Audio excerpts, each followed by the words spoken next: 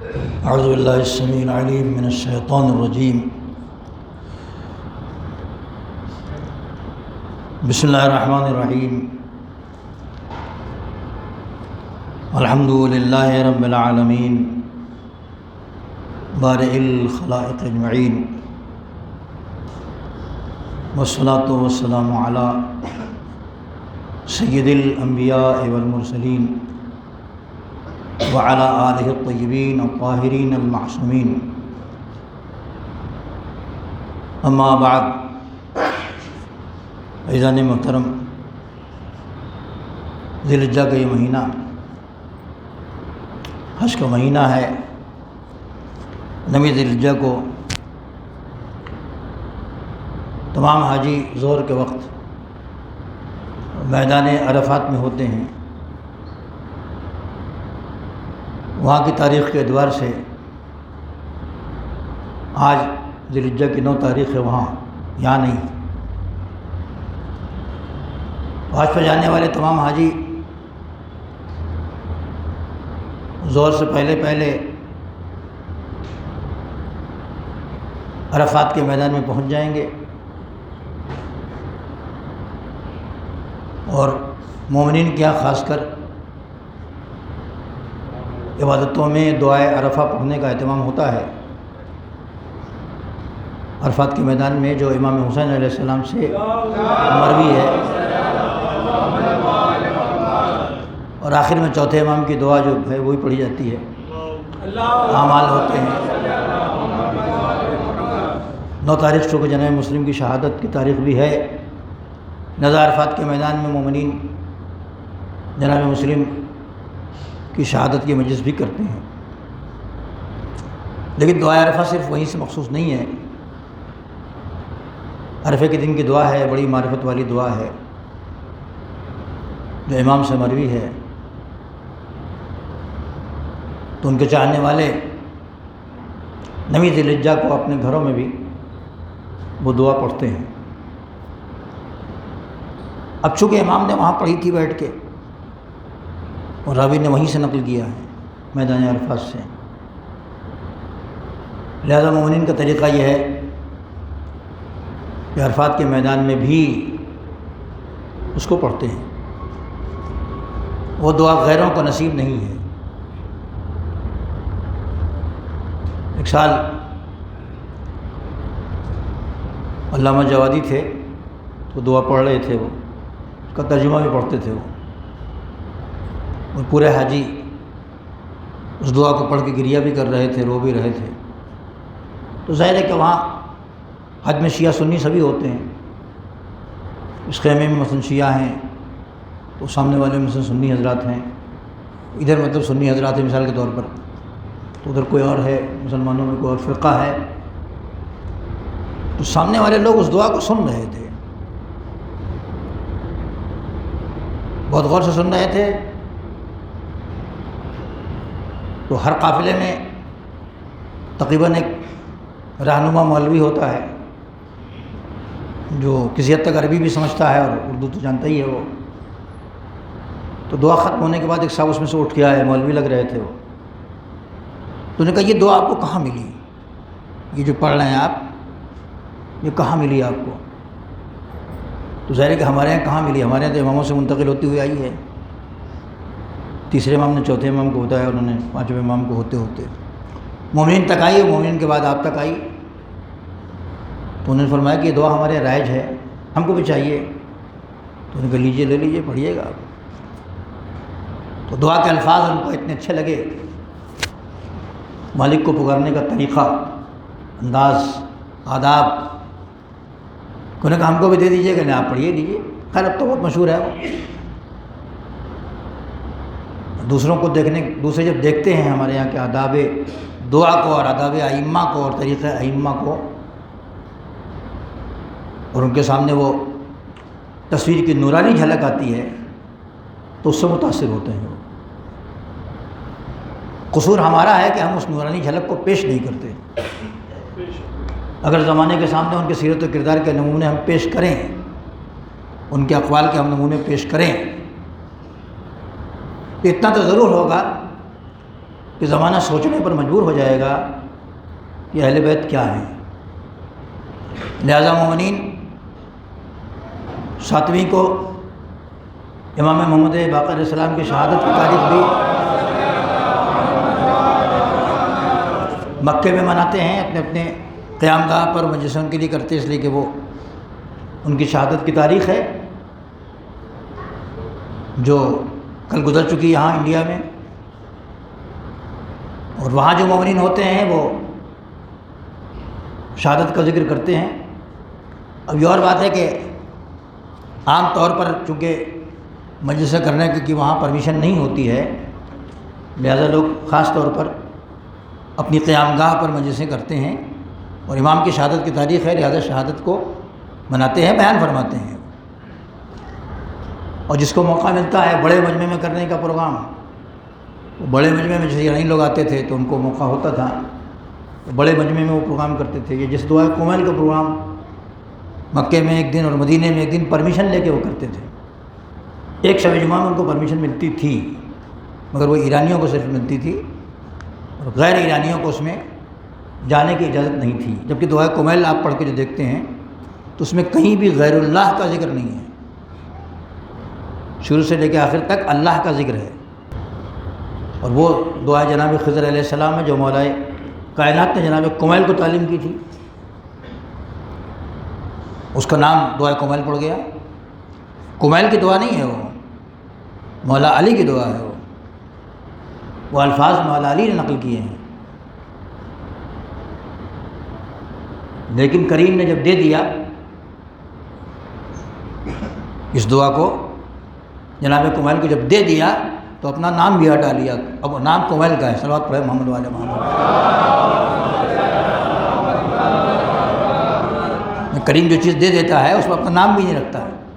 ہم لوگ ایک پتھر لگوا کے ہمارے مسجد میں کہتے ہیں نام لکھیے اس پر، تاکہ اس پر میرا نام چلے۔ اور مولا علی نے دے دیا تو نہ دعا علی کہا نہ دعا خضر کہا، دعا کومیل کہا۔ آج آپ بھی جانتے ہیں کہ ہے دعا اصل میں مولا علی کی وہ الفاظ، لیکن جب کریم نے بخش دیا تو بخش دیا، پھر دے دیا تو دے دیا۔ تو وہ بھی اہم دعا ہے جو حج میں پڑھتے ہیں، ہم لوگ پڑھتے ہیں یہاں شب حج میں، پڑھنا بھی چاہیے، نہیں پڑھتے تو پڑھا کیجیے۔ تو اگر ہم ائمہ کے اقوال کو، ائمہ کی سیرت کو، ائمہ کے کردار کو، ائمہ کے مشن کو، ان کے طریقہ کار کو دنیا کے سامنے بتائیں تو امام خود فرماتے ہیں کہ اگر تم ہمارے امور کو دوسروں کے سامنے بیان کرو تو لوگ ہماری پیروی کریں گے، اس لیے کہ کردار میں کہیں سے کمی تو ہے نہیں، اچھا کردار ہے۔ اچھا کردار جب آئے گا تو زمانہ جو انصاف ور ہوگا تو اسے انصاف کی نظر سے دیکھے گا۔ انصاف ور نہیں ہے، عادل نہیں ہے، ظالم ہے تو اس کی بات نہیں ہے، لیکن انصاف کرنے والا اچھے کردار کو دیکھ کے اٹریکٹ ہوتا ہے، کھنچتا ہے اس کی طرف۔ تو ائمہ کے کردار میں اور الفاظ میں کشش ہے، اور ہمارے ائمہ نے مسلسل زور دیا ہے اس بات پر کہ امامت کو زمانے کے سامنے پیش کیا جائے، اس لیے کہ امامت ہی بعد نبوت کو پہچاننے کا ذریعہ ہے اور توحید کو پہچاننے کا ذریعہ ہے۔ صحیح طریقے پر اگر نبوت اور توحید اور قرآن اسلام اور دین اور ایمان کو پہچانا جائے گا تو اماموں کے ذریعے پہچانا جائے گا۔ کربلا میں سب مار ڈالے گئے، لگتا تھا کہ چراغ بجھ گیا بالکل، اب کوئی نہیں ہے، مردوں میں تو کوئی بچا ہی نہیں تھا، عورتیں رہ گئی تھیں۔ 2 مرد تھے، اس میں ایک بچہ اور ایک جوان، باپ بیٹے بچے تھے۔ اس کے بعد جو بنی امیہ کے حالات آئے اس قدر خراب تھے کہ ہمارے اور آپ کے چوتھے امام کو ممبر تو نہیں ملا، کوئی دربار یزید میں ایک موقع آ گیا تھا، وہ الگ مسئلہ ہے، باقی اس کے بعد ممبر نہیں ملا۔ تو امام نے اپنی حکمت عملی سے دین اسلام کو دعاؤں کے ذریعے سے، اصحاب کے ذریعے سے پھیلایا، لیکن پانچویں امام کا زمانہ جب آیا اور چھٹے امام کا زمانہ جب آیا تو یہ بنی امیہ کی حکومت جا رہی تھی اور بنی عباس کی حکومت آ رہی تھی. یعنی ایک ظالم جا رہا تھا، دوسرا ظالم آ رہا تھا. وہ ظالم اپنا پرچار کر رہا تھا. یہ ظالم جب آئے بنی عباس والے، یہ بھی کچھ کم ظالم نہیں تھے، تو انہوں نے اپنا پرچار کیا، مگر بیچ میں لڑائی رہی. وہ جب دو موذیوں کے لڑنے کا زمانہ آیا تو ایسے میں حکمت یہ ہے کہ آپ اپنی بات کہہ لیں، ان کی لڑائی میں اپنی گردن نہ پھنسائیں. تو ہمارے ائمہ نے موقع بہترین دیکھا اور اپنے اصحاب کو، اپنے چاہنے والوں کو، اپنے شاگردوں کو تلقین کرتے رہے اور امامت کے بہت سے غوامض، بہت سی باتیں، بہت گہرائیاں ان کو سکھاتے رہے اور بتاتے رہے. ان میں سے امام محمد باقر علیہ السلام کی ایک حدیث کہ کل من دان اللہ بعبادۃ یجہد فیہا نفسہ ولا امام لہ من اللہ فسعیہ غیر مقبول. جو کوئی کسی دین کی پیروی کرے، کسی دین پر عمل کرتا رہے اور عبادت کرتا رہے، یجہد فیہا نفسہ، اور نفس کو اس میں مشغول رکھے، ولا امام لہ، اس کے پاس کوئی امام نہ ہو، من اللہ، اللہ کی طرف والا امام. کتنی عبادت کرتے جاؤ، کتنی کوشش کرتے جاؤ، کسی بھی دین پر رہ کے کرو عبادتیں، لیکن اگر اللہ کی طرف والا امام اس کے پاس نہیں ہے، امام تو بہت سے بن گئے، امام فرمانے کہ اللہ کی طرف والا امام چاہیے. ولا امام لہ من اللہ ہے، اس کے پاس کوئی امام نہ ہو اللہ کی طرف سے، فسعیہ غیر مقبول، تو اس کی کوشش، یہ عبادتیں قابل قبول نہیں ہیں. اہمیت امام سمجھ رہے ہیں؟ دنیا میں بہت سے لوگوں کو بہت سے اچھے اچھے کام کرتے دیکھتے ہوں گے، تو ہمارے اپنے ہی بھائی بھی سوچتے ہیں کہ اتنا اچھا کام کر رہا ہے فلاں، تو کیا وہ جہنم میں چلا جائے گا؟ اور کیا اس کی یہ اتنی کوشش پھل نہیں دے گی؟ اس کو دیکھ کے دل تھوڑا وہ ہوتا ہے نا کہ ٹھیک ہے آدمی ہمارا نہیں ہے، یہ ہے وہ ہے، یا ہم میں کا نہیں ہے، مگر کام تو بہت کر رہا ہے، پیسہ تو بہت لگا رہا ہے، امداد تو بہت کر رہا ہے، وغیرہ وغیرہ. تو اس کا کیا ہوگا؟ یہ سوال ذہنوں میں ابھرتا ہے، جس کا جواب امام نے دیا کہ کل من دانا اللہ بعبادۃ، کوئی بھی کسی دین پر اللہ کی عبادت کرتا رہے، یجہد فیہا نفسہ، اور اس میں اپنے کو تھکاتا رہے، اپنی نفس کو مصروف رکھے، ولا امام لہ من اللہ، مگر اس کے پاس وہ امام نہیں ہے جو اللہ کا بنایا ہوا امام ہے. اگر ایسا امام اس کے پاس نہیں ہے، فسعیہ غیر مقبول، تو اس کی یہ کوشش قابل قبول نہیں ہے. درود پڑھیں محمد وعلی محمد. امام کا کام ہے صحیح راستہ بتانا، صحیح وے، صحیح ہادی، صحیح رہبر. یہ اور بات ہے کہ ہر مذہب والا کہے کہ ہم جس کو مان رہے ہیں وہ اللہ والا ہی ہے، لیکن ثابت کرنا ذرا مشکل ہوتا ہے. جو کسی دین پر ہے وہ اپنا بنایا ہوا نہیں کہتا ہے، وہ کہتا ادھر سے آیا ہے. تو کہنے کو تو دعویٰ ہے، ہاں اگر ادھر والا ہے اور پائے ثبوت کو پہنچتا ہے تو ادھر والا امام بھی ہوگا. اگر ادھر والا امام اس کے پاس نہیں ہے تو اس کے عمل غیر مقبول ہیں، قابل قبول نہیں ہے. قرآن خود کہتا ہے کہ جو شخص کوشش کرے اور سعی کرے اور عبادتیں کرے،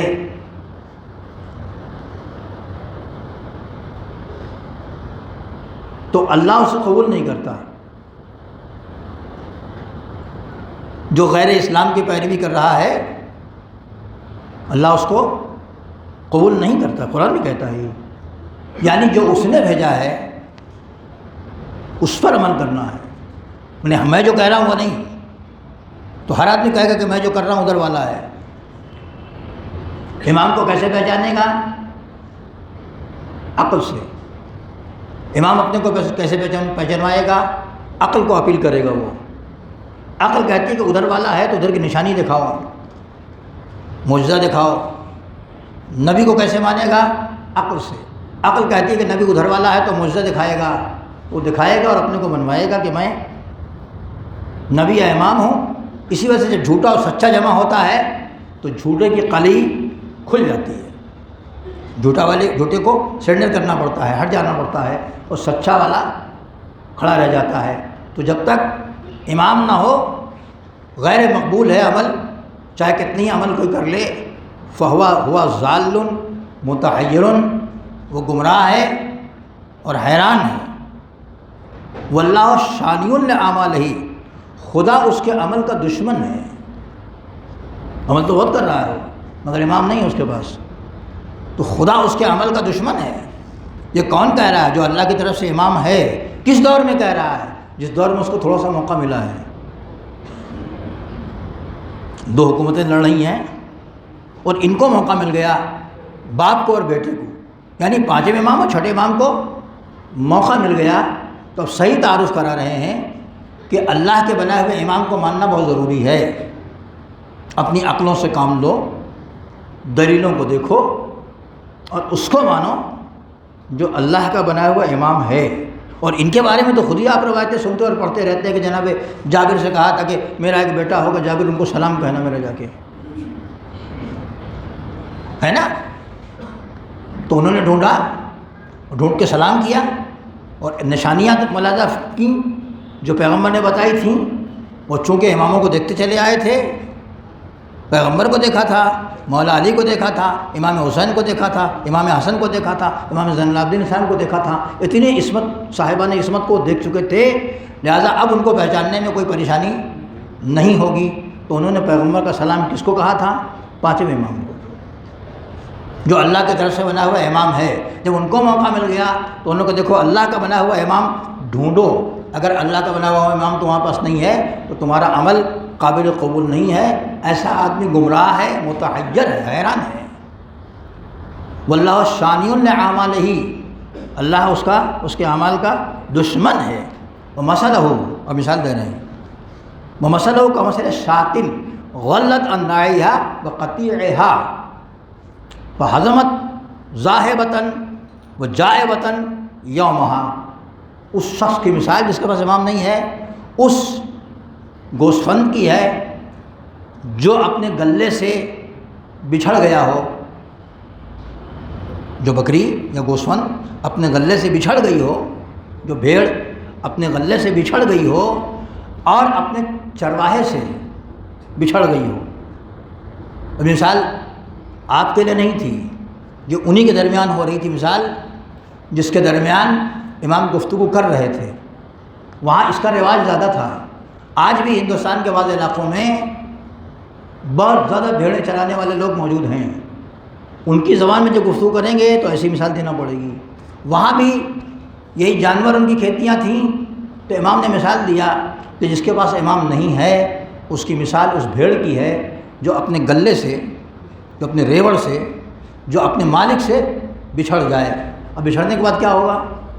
آپ بھی دیہات میں، آپ میں بہت سے لوگ رہے ہیں، دیکھا ہوگا، جو بچے شہروں میں پلے ہیں ان کو اس کا تجربہ نہیں ہے، لیکن نالج کی دنیا اتنی بڑی ہو گئی ہے کہ وہ اس نالج کو حاصل کر سکتے ہیں اور کرتے رہتے ہیں۔ ایک بھیڑ اگر اپنے گلے سے اور اپنے مالک سے بچھڑ جائے تو ادھر سے چلاتی پھرتی ہے اور ادھر ادھر منہ مارتی رہتی ہے، اس کی مثال ایسے ہی ہے۔ فلما جنّہ اللیل، جب رات آ جاتی ہے اب تو بچھڑ گئی وہ بصرات بقطیع من غیر راعیہا، اور اس نے اگر کسی ایسے ریوڑ کو دیکھا، ایسے گلے کو دیکھا جو اس کے چرواہے کا، اس کے مالک کا گلہ نہیں ہے، بلکہ وہ گلہ بھیڑوں کا تو ہے مگر اس کا والا نہیں ہے جس میں وہ چر رہی تھی، تو بھیڑوں کی عادت کیا ہے؟ اسی میں جائے گی۔ شام ہو گئی بھٹکتے ہوئے کہ شام ہوتے ہوتے اس کو ایک ایسا ریوڑ نظر آیا، ایک ایسا گلہ نظر آیا جو اس کا گلہ تو نہیں تھا، نہ اس میں اس کا مالک تھا، نہ چرواہا اس کا تھا اس میں، مگر وہ اس میں فلما جنّہ اللیل بصرت بالقطیع ما غیر راعیہا، ایسے ریوڑ کو، ایسے گلے کو دیکھا اس نے کہ جس میں اس کا چرانے والا مالک نہیں تھا۔ فحنت الیہا واقترت بہا، تو وہ اس کے طرف بڑھی، ملا اور دھوکے میں چلی گئی وہاں، کیونکہ گلہ ہے، یہاں رہنا تو اس کو بھیڑوں کے درمیان ہے، فبانت معها فی ربدتها فلما ساق رائی قطیعته انکرت رایہا وقطیعتها، جب صبح کو چرواہا اس کو دیکھا تو کہیں تو کہیں اور کی بھیڑ آ گئی ہمارے پاس، ایماندار ہے نا، چور ہوگا تو کہ چلو آ گئی، اچھا ہی ہے، ایک اور مل گئی، تو اس کو کیا کرے گا، وہ ہنکائے گا، اس کو بھگائے گا وہاں سے، ہے نا۔ تو اب جب بھگا دے گا تو پھر متحیر ہو جائے گی وہ بھیڑ، پھر کہاں جائے گی وہ، پھر کہیں اور چلی جائے گی۔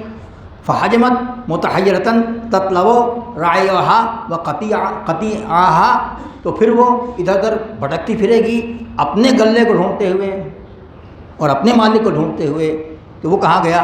فبصرت بغنم مراعیہا، پھر وہ دیکھے گی کہ کسی، اگر شام کو پھر اس کو کوئی مل گیا تو وہ اس کی طرف جائے گی، وحنت الیہا واقترت بہا، ہے نا، تو اس میں وہ اس کی طرف متوجہ ہوگی اور دھوکے میں پھر وہاں چلی جائے گی۔ اگر وہ بھیڑ بھٹکتی رہے اور اپنے گلے کو تلاش کرتی رہے، اس کا گلہ نہ ملے تو جو گلہ ہوگا اس میں چلی جائے گی۔ فصاح الراعی الحقی برعیک وقطیعک، تو اب دیکھ کے جب صبح ہوگی تو کیا ہوگا، پھر بھگائے گا وہ اور کہے گا کہ جاؤ اپنے گلے میں جاؤ اور اپنے چرواہے کے پاس جاؤ، اپنے مالک کے ساتھ جاؤ۔ فإنک تائہۃ متحیرۃ عن رعیک وقطیعتک، اور تم جو ہے وہ تو اپنے گلے سے بچھڑی ہوئی ہو اور تم اپنے مالک سے بچھڑی ہوئی ہو، یہ کہہ کے پھر بھگا دے گا۔ جس کا کوئی مالک نہیں ہے، جس کا کوئی گلہ بان نہیں ہے، کوئی چرواہا نہیں ہے، اس کو کوئی نہیں رکھے گا، پھر بھگا دے گا اس کو۔ جب بھاگ جائے گا پھر اکیلی ہو جائے گی وہ، تو کیا ہوگا، فحجمت زائرۃ متحیرۃ نادۃ لا راعی لہا یرشدها الی مرعاها، وہ ادھر ادھر پھر بھٹکے گی، حیران ہوگی اور یہ کہتی ہوئی پھرے گی کہ ہائے میرا تو کوئی چرانے والا نہیں ہے اور میری ہدایت کرنے والا نہیں ہے کوئی۔ فبینہ ہی کذالک اذ اغتنمت ضیعتها فاکلها، اتنے میں اگر کوئی بھیڑیا مل جائے تو مالک تو اس کا کوئی ہے نہیں، وہ اپنے گلے میں رہنے نہیں دے رہا ہے، بھیڑیا مل جائے گا تو کیا ہوگا، چیر پھاڑ کے اس کو رکھ دے گا۔ وَكَذَلِكَ وَاللَّهِ يَا مُحَمَّدْ مَنْ أَصْبَحَ مِنْ هَذِهِ الْأُمَّةِ لَا إِمَامَ لَهُ، پیغمبر کی حدیث بیان فرما رہے ہیں، وہاں سے لے کے آئے ہیں اور فرما رہے ہیں کہ اے محمد، ایسے ہی حال اس شخص کی ہے جو عمل تو کرتا چلا جا رہا ہے مگر اس کا کوئی وہ امام، ویسا امام نہیں ہے جو اللہ کی طرف سے معین ہوا، اصلی مالک نہیں ہے۔ جب اصلی مالک نہیں ہے تو کبھی ادھر بھٹکے گا کبھی ادھر بھٹکے گا۔ بھٹکنے کا مطلب یہ ہے کہ بھیڑیے اس کو، درندے اس کو چیر پھاڑ کے کھا جائیں گے۔ ہاں اگر اس کا کوئی اصلی مالک ہوگا تو بھیڑیے نہیں پوچھیں گے۔ اس طرح سے وہ گمراہ ہوگا، اصبح ضالن تائہن، تو اس طرح سے وہ انسان بھٹکتا ہوا ہوگا، گمراہ ہوگا۔ وَإِن مَاتَ عَلَى هَذَا الْحَالِ، اور اگر اسی حال میں وہ شخص مر گیا تو ماتا میتۃ کفر، تو یہ شخص کفر کی موت مرے گا۔ کیوں؟ اس لیے کہ اس کا امام نہیں ہے۔ پیغمبر نے خود فرمایا تھا کہ جو شخص مر جائے اور اپنے امام زمانہ کو نہ پہچانے وہ کفر کی موت مرے گا۔ تو اسی چیز کو، اسی پیغام کو زندہ کرنا ہے امام کو، اور موقع ملا ہے بنی امیہ و بنی عباس کے دور میں، تو زندگی کے لیے ایک مثال اور لگا دی کہ تم بھٹکتے نہ رہو، اپنے امام کے دامن سے جڑے رہو گے تو تمہارے اوپر کوئی بھی بھیڑیا عمل کرنے والا نہیں ہے، حملہ کرنے والا نہیں۔ درود پڑھ دیں محمد والے محمد۔ یہ میں نے آپ کے سامنے اصول کافی کی حدیث پیش کی۔ اس طرح سے امامت کو پہچانوانا اور زندہ کرنا، لوگوں کو بتانا ہمارے تمام اماموں کا کام تھا۔ جب جس کو جیسے جیسے موقع ملا تو الگ الگ انداز سے، الگ الگ طریقے سے انہوں نے اپنے کو پہچانوایا اور بتایا کہ ہم امام ہیں، تاکہ زمانہ دھوکے میں نہ رہے۔ اور آخر میں امام حسن عسکری علیہ السلام کا جب زمانہ آیا تو چونکہ امام بچپن ہی سے پیدا ہونے کے بعد ہی چھپا کے رکھے گئے تھے، دشمن طاق میں تھے، لہذا کسی نہ کسی موقع پر بتانا ضروری تھا کہ میرے بعد یہ امام ہے۔ تو ان کے خاص صحابی نے ان کو دیکھا تھا، اسی وجہ سے جب جنازہ تیار ہوا اور جعفر بڑھے نماز پڑھانے کے لیے تو فوراً ہمارے اور آپ کے امام زمانہ جو چھوٹے تھے عمر میں، وہ آگے بڑھے اور بڑھنے کے بعد کہا چچا ہٹیے، میں اپنے باپ کی نماز جنازہ پڑھاؤں گا۔ اس طرح سے انہوں نے اپنی امامت کا تعارف کرایا تاکہ زمانہ کبھی بے امام نہ رہ جائے۔ اگر امام نہ ہوگا تو بھٹک جائے گا، اگر امام نہ ہوگا تو اعمال کرنے کے بعد بھی اس کے اعمال قابل قبول نہیں ہوں گے۔ لہذا عمل کی قبولیت کے لیے امامت کا عقیدہ بے حد ضروری ہے۔ درود پڑھ دیں محمد و آل محمد۔ خدا ہم سب کو آخر دم تک ایمان کے اوپر قائم رکھے، جو معرفت کا حق ہے وہ ادا کرنے کی توفیق عنایت فرمائے، اور ہمارے بچوں کو بھی، ہماری نسلوں کو بھی قیامت تک معرفت امام عطا کرے، اس لیے کہ امام زمانے کو پاک بنانے آیا تھا، آلودہ کرنے نہیں آیا تھا۔ پروردگار عالم تجھے واسطہ ہے محمد و آل محمد کا، ہماری زندگیوں کو امام کی سیرت کے مطابق بنا دے، ویسا بندہ بنا دے جیسا بندہ تو دیکھنا چاہتا ہے۔ صلی اللہ علی محمد وآلہ الطاہرین والعصر ان الانسان لفی خسر الا الذین آمنوا وعملوا الصالحات وتواصوا بالحق وتواصوا بالصبر۔